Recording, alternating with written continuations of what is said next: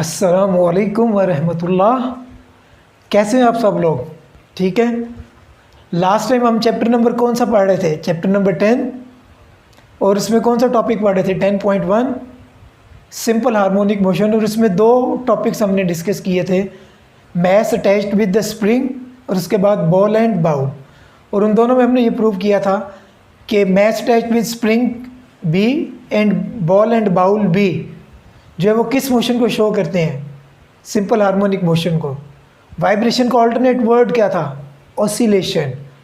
और simple harmonic motion जो है वो ऑसिलेटरी या वाइब्रेटरी मोशन की एक स्पेशल टाइप है।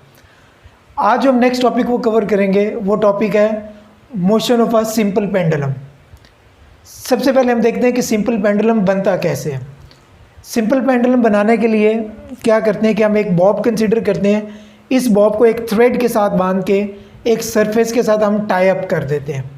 तो अब ये जो मेरे पास अरेंजमेंट आई है, इस अरेंजमेंट को हम क्या कहेंगे? Simple pendulum. ऑब्वियसली ये जो इसकी ये पोजीशन है, ये इसकी मीन पोजीशन है या इक्विलिब्रियम पोजीशन है। ये वाली इसकी एक्सट्रीम पोजीशन है, ये वाली भी इसकी एक्सट्रीम पोजीशन है। जब ये मीन पोजीशन पे है, mean position O, extreme position A, other extreme position A, जब ये अपनी मीन पोजीशन पे है तो इक्विलिब्रियम में है, रेस्ट में। जब मैं इसको पॉइंट ए पे ला के इसको मैं रिलीज़ करता हूँ तो अब ये क्या करेगा? ये वाइब्रेट करेगा to and fro about its mean position.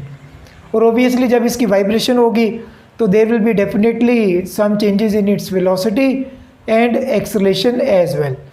तो अब ये टॉपिक पढ़ के हम प्रूव करेंगे कि कैसे सिंपल पेंडुलम की मोशन जो है वो सिंपल हार्मोनिक मोशन को शो करती है। ओके जी। अब इसमें जिस वक्त सिंपल पेंडुलम अपनी इक्विलिब्रियम पोजीशन पे था, पॉइंट ओ पे था, मीन पोजीशन पे था, उस वक्त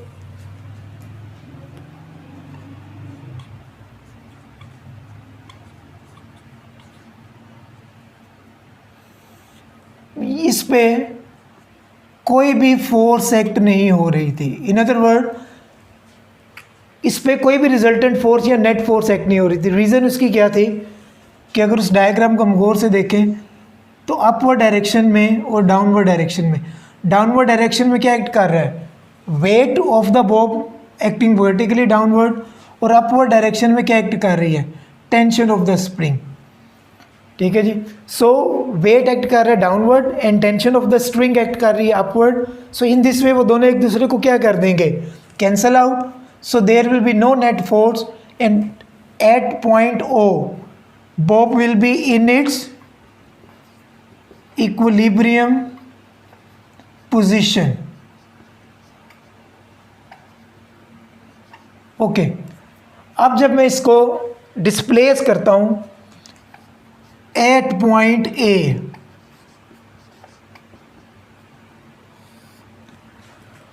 ओबियसली जब मैं इसको पॉइंट ए पे लेके आऊँगा और इसको रिलीज़ करूँगा तो ये वाइब्रेट करेगा फ्रॉम ए टू ओ। अब डेफिनेटली जब इसने वाइब्रेट करना है तो वाइब्रेट करने के लिए इसको क्या रिक्वायर्ड है? मैस अटैच्ड विद स्प्रिंग में जब बॉडी पॉइंट ओ से ए पे जाती थी और जब उसे हम रिलीज़ करते थे तो कौन सी चीज़ उसको पुल बैक करती थी? Restoring force. Ball and bowl में भी क्या चीज़ थी? रिस्टोरिंग फोर्स, जो उसको ए से वापस किस जगह पे लेके आती थी? ओ पे। अब अगर हम यहाँ पे देखें इस डायग्राम में, वेट हमारे पास कौन सी क्वांटिटी होती है? Weight is a vector quantity. Obviously weight act करता है वर्टिकली डाउनवर्ड। ये देखें, ये कभी भी इस तरफ एक्ट नहीं करेगा, वेट हमेशा एक्ट करेगा वर्टिकली डाउनवर्ड। और वेट क्योंकि एक वेक्टर कंपोनेंट है तो फिर डेफिनेटली वेट के दो कंपोनेंट होंगे, एक डब्ल्यू एक्स और एक डब्ल्यू वाई। एफ एक्स का फार्मूला क्या था अगर आपको याद हो? एफ एक्स का फार्मूला था एफ कॉस थीटा और एफ वाई का फार्मूला क्या था? F sine theta. तो यहाँ पे फिर डब्ल्यू एक्स का फार्मूला बनेगा डब्ल्यू कॉस थीटा और ओबियसली डब्ल्यू किसके इक्वल है? एम जी के।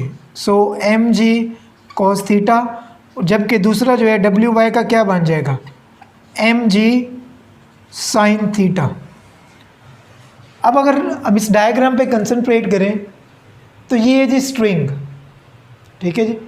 इस स्ट्रिंग पे वेट के कितने कंपोनेंट्स थे, 2 कंपोनेंट थे। और ये कौन से कंपोनेंट्स होते हैं, रेक्टेंगुलर कंपोनेंट। इसका मतलब है इन दोनों के दरमियान कितने डिग्री का एंगल होगा, 90 डिग्री का। सो इस जगह पे इस डायरेक्शन में स्ट्रिंग के अलोंग एक्ट करेगा इसका एम जी कॉस थीटा कंपोनेंट, और इसके परपेंडिकुलर 90 डिग्री पे एक्ट करेगा इसका M G sine theta component. अब ऑब्वियसली ये दोनों कंपोनेंट एक दूसरे के क्या हैं, ऑपोजिट डायरेक्शन में, तो दोनों एक दूसरे के इफेक्ट को क्या कर देंगे, कैंसिल। तो इसका मतलब है कि along the string, along the string no motion. क्यों no motion, because tension and m ji cos theta ये दोनों एक दूसरे को क्या कर देते, cancel out. So along the string कोई मोशन एग्जिस्ट नहीं करेगी। बट इसका एक और कंपोनेंट बाकी रह जाता है, M G sine theta. Weight का दूसरा कंपोनेंट कौन था, एम जी साइन थीटा। पहला कौन सा कंपोनेंट कौन सा था, एम जी कॉस थीटा। सो वेट का जो दूसरा कंपोनेंट है एम जी साइन थीटा, अब ये बिहेव करेगा, एक्ट करेगा एज ए रिस्टोरिंग फोर्स।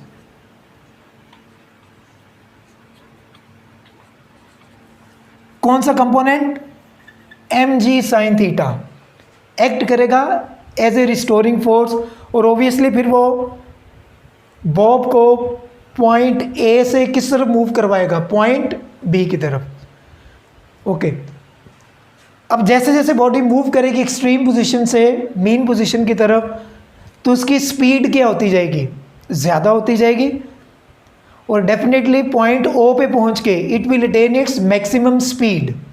ठीक है जी। So velocity from A to O, जब बॉडी मूव करेगी फ्रॉम ए टू ओ, और मूव किस चीज़ की वजह से कर रही है, रिस्टोरिंग फोर्स की वजह से। इसमें रिस्टोरिंग फोर्स, सिंपल पेंडुलम में रिस्टोरिंग फोर्स किस कंपोनेंट की वजह से, ये किस पैरामीटर की वजह से एग्जिस्ट कर रही है, एम जी साइन थीटा की वजह से।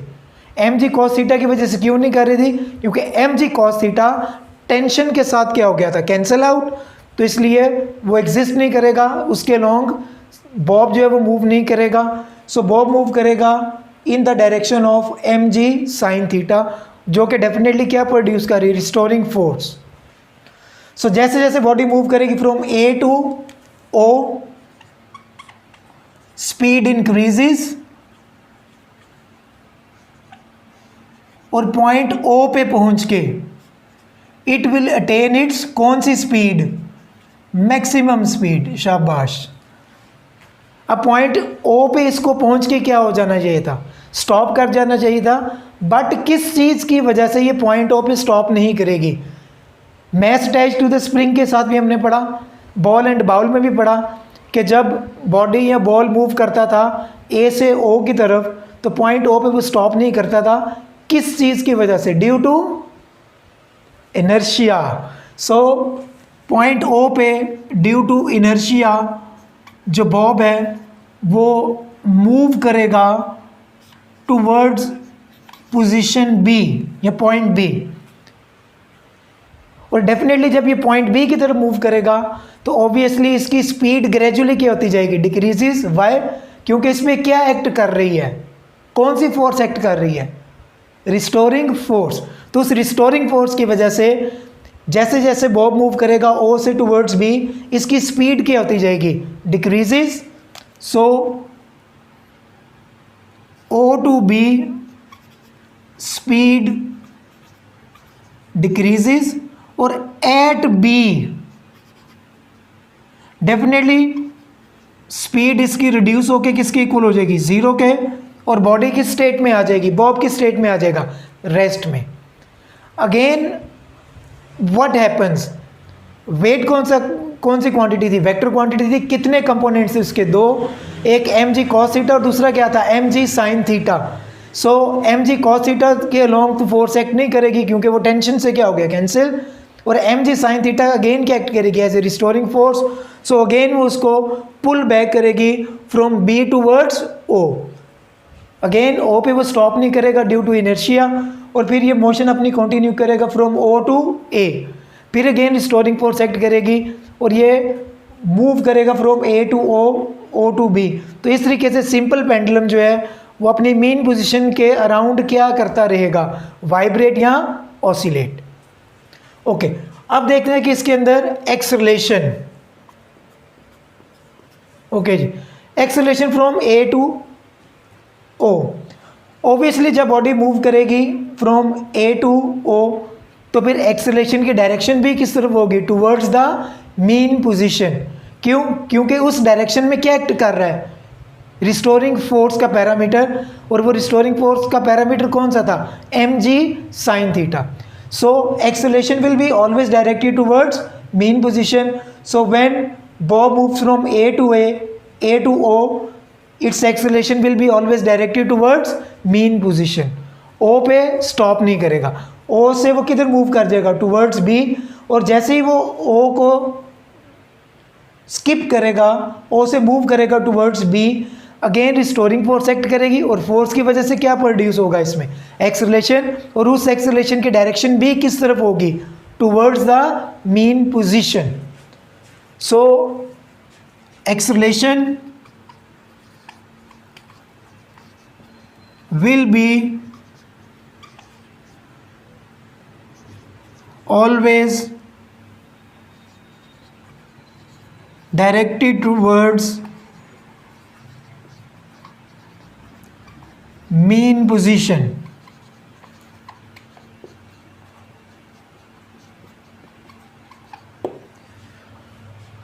चाहे बॉडी मूव कर रही है a टू o और o टू a, यहाँ बॉडी मूव कर रही है o टू b और b to o, acceleration will be always directed towards mean position. और रीज़न उसकी क्या थी, क्योंकि उस पर क्या एक्ट कर रही है, रिस्टोरिंग फोर्स, और ओबियसली एक्सेलरेशन ऑलवेज प्रोड्यूस होता है in the direction of restoring force. Okay जी, अब स्पीड एंड एक्सेलरेशन। डेफिनेटली जैसे जैसे बॉब मूव करेगा a टूवर्ड्स o, ग्रेजुअली इसकी स्पीड क्या होती जाएगी, इंक्रीजेज, और एक्सेलरेशन प्रोड्यूस होगा in the direction of motion. और डेफिनेटली डायरेक्शन ऑफ मोशन किस चीज़ की वजह से, रिस्टोरिंग फोर्स की वजह से। सो पॉइंट O पे पहुंच के इसकी स्पीड क्या हो जाएगी, मैक्सिमम, और फिर जैसे ही O को रिलीज़ करेगा, O से स्किप करेगा, O टूवर्ड्स B जाएगा, तो इसकी स्पीड ग्रेजुअली क्या होती जाएगी, डिक्रीजेज, बट अगेन एक्सेलरेशन की डायरेक्शन किस तरफ होगी, टूवर्ड्स द मीन पोजीशन। सो इस तरीके से सिंपल पेंडुलम में acceleration is always directed towards mean position and is directly proportional to the displacement from mean position. What does it mean? जितना mean position से displacement ज़्यादा होगा, acceleration की value भी उतनी ही ज़्यादा होगी, और जितना displacement से जितना mean position से displacement कम होगा उतनी acceleration की वैल्यू भी कम होगी। ओके, अब इसका लास्ट पॉइंट, आप में से किसी को याद है mass attached with spring के लिए हमने टाइम पीरियड का फॉर्मूला क्या लिखा था, याद करें ज़रा, क्या लिखा था, t is equal to 2 pi under root m over k। But ये अब हम कौन सा सिस्टम पढ़ रहे हैं, सिंपल पेंडुलम वाला सिस्टम पढ़ रहे हैं, तो इसमें फिर इसका सेपरेट फार्मूला होगा टाइम पीरियड का, और इसमें टाइम पीरियड का इसका सिंपल पेंडुलम का फार्मूला है t is equal to 2 pi under root l over g। L stands for length of the pendulum, और लेंथ ऑफ द पेंडुलम जो है वो कहाँ से कहाँ तक होगी, जहाँ पे इसको फिक्स किया वहाँ से लेके सेंटर ऑफ द बॉब तक, वहाँ तक हम इसकी क्या कंसीडर करेंगे, लेंथ ऑफ द पेंडुलम। और जी की वैल्यू ऑब्वियसली हम क्या कंसीडर करते हैं, 10 मीटर पर सेकेंड स्क्वेयर। ओके, अब लास्ट पॉइंट इसके अंदर जो कंसीडर करना है, जो आपने देखना और याद भी रखना है कि सिंपल पेंडुलम में ये पॉइंट ओ था, ये पॉइंट ए, ये पॉइंट बी। ओके जी, A extreme position, mean position, extreme position. ठीक है जी। पॉइंट ए पे इसकी potential energy maximum and kinetic energy zero. Obviously kinetic energy zero क्यों होगी? क्योंकि पॉइंट ए पे पहुंच के बॉडी किस स्टेट में आ जाती है? रेस्ट में। और डेफिनेटली पोटेंशियल एनर्जी मैक्सिमम क्यों होगी? क्योंकि डिस्प्लेसमेंट क्या होगा? From mean position maximum. जैसे जैसे ए टूवर्ड्स ओ मूव करेगी, पॉइंट ओ पे पहुंच के इसकी स्पीड क्या हो जाती है? मैक्सिमम। तो फिर काइनेटिक एनर्जी इस जगह पे पहुंच के हो जाएगी जी मैक्सिमम। और ओबियसली डिस्प्लेसमेंट मीन पोजीशन पे हमेशा क्या होता है? ज़ीरो। तो पोटेंशियल एनर्जी क्या हो जाएगी? Zero. And again point B पे पहुंच के दोबारा जैसे ही वो ओ को क्रॉस करेगा बॉब टूवर्ड्स बी, उसकी स्पीड क्या होनी शुरू हो जाएगी? कम। पॉइंट बी पे पहुंच के अगेन जो है वो बॉब की स्टेट में आ जाएगा, रेस्ट में। तो काइनेटिक एनर्जी क्या हो जाएगी? ज़ीरो। जबकि पोटेंशियल एनर्जी क्या हो जाएगी? मैक्सिमम, क्योंकि डिस्प्लेसमेंट क्या हो गया? मैक्सिमम। और इसके साथ साथ यहाँ पे वेलोसिटी और एक्सेलरेशन की भी वैल्यूज़ देख लेते हैं। एक्सट्रीम पोजीशन पे यहाँ पे पहुँच के वेलोसिटी क्या हो जाती है? ज़ीरो। और एक्सेलरेशन क्या हो जाता है? मैक्सिमम। मीन पोजीशन पे आके वेलोसिटी क्या हो जाएगी? मैक्सिमम। और एक्सेलरेशन क्या हो जाएगा? ज़ीरो। और अगेन दूसरी एक्सट्रीम पोजीशन पे जाके फिर वेलोसिटी क्या हो जाएगी? ज़ीरो। और एक्सेलरेशन क्या हो जाएगा? मैक्सिमम। ऑब्वियसली एक्सेलरेशन मैक्सिमम क्यों होगा? क्योंकि वहाँ पे डिस्प्लेसमेंट मैक्सिमम है, rate of change of velocity maximum है। और मीन पोजीशन ओ पे एक्सेलरेशन क्यों ज़ीरो होगा? क्योंकि ऑलरेडी हम एक इक्वेशन बी पढ़ चुके थे, a proportional to -x for simple harmonic motion. तो वहाँ से भी हम ये कह सकते हैं कि एक्सेलरेशन ज़ीरो है। और इन अदर वर्ड्स ये कह सकते हैं कि rate of change of velocity भी क्या था? ज़ीरो था। सो इस तरीके से आई होप सो कि आपको ये टॉपिक अब समझ आ गया हो गया। सो 3 एग्जांपल्स हमने जो है वो सिंपल हार्मोनिक मोशन में प्रूव की कि mass attached to a spring, ball and bowl and simple pendulum, motion of a simple pendulum किस चीज़ को शो करते हैं? सिंपल हार्मोनिक मोशन को। ओके जी, अब मैं आपको सिंपल पेंडुलम या motion of a simple pendulum की हेडिंग्स लिखवा देता हूँ सो दैट आपके लिए इस टॉपिक को एग्ज़ाम के पॉइंट ऑफ रेफरेंस से लिखने में आसानी हो। ओके जी, पेज नंबर 4। सबसे पहले इस टॉपिक में लाइन नंबर 1 पे जो न्यू सेंटेंस है इट कंसिस्ट, वहाँ पे हेडिंग लिखेंगे definition of simple pendulum. Motion of a simple pendulum वाला टॉपिक, उसकी लाइन नंबर 1 जो नया सेंटेंस है इट कंसिस्ट, वहाँ पे हेडिंग लिखेंगे डेफिनेशन ऑफ सिंपल पेंडुलम। और ये लाइन नंबर 3 तक आएगी एट इट्स अपर एंड। उसके बाद लाइन नंबर 3 पे जो नया सेंटेंस है इन द इक्विलिब्रियम पोजीशन। ठीक है जी, लाइन नंबर 3 पे जो नया सेंटेंस है इन द इक्विलिब्रियम पोजीशन, वहाँ पे हेडिंग लिखेंगे position of simple pendulum at point O. Line number 3 पे हेडिंग क्या लिखेंगे? जो नया सेंटेंस है position of simple pendulum at point O. उसके बाद इसका सेकंड पैराग्राफ, इस टॉपिक का सेकंड पैराग्राफ, वहाँ पे हेडिंग लिखेंगे position of simple pendulum at point A. Second paragraph की हेडिंग क्या लिखेंगे? ये स्टार्ट हो रहा है the component of the weight से, वहाँ पे हेडिंग क्या लिखेंगे? Position of simple pendulum at point A. फिर नेक्स्ट पेज पे आते हैं, पेज नंबर 5 पे, वहाँ पे सबसे ऊपर फर्स्ट लाइन पे हेडिंग लिखेंगे position of simple pendulum at point B. क्या हेडिंग लिखेंगे? Position of simple pendulum at point B. फिर सेकंड पैराग्राफ पे जहाँ से वो शुरू हो रहा है इट इज़ क्लियर, वहाँ पे हेडिंग लिखेंगे relation between speed and acceleration. क्या हेडिंग लिखेंगे? Relation between speed and acceleration. Okay जी, सो ये एंड तक आ जाएगी। और उसके बाद equation number 10.4, T is equal to 2 pi. कितने पाई थे? 2 पाई थे, 2 pi under root L over g. वहाँ पे हेडिंग लिखेंगे formula to calculate time period of a simple pendulum. क्या हेडिंग लिखेंगे? Formula to calculate time period of a simple pendulum.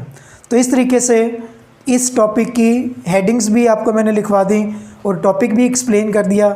I hope so कि अब आपके लिए इस टॉपिक को याद करना और पेपर में लिखना बड़ा आसान होगा।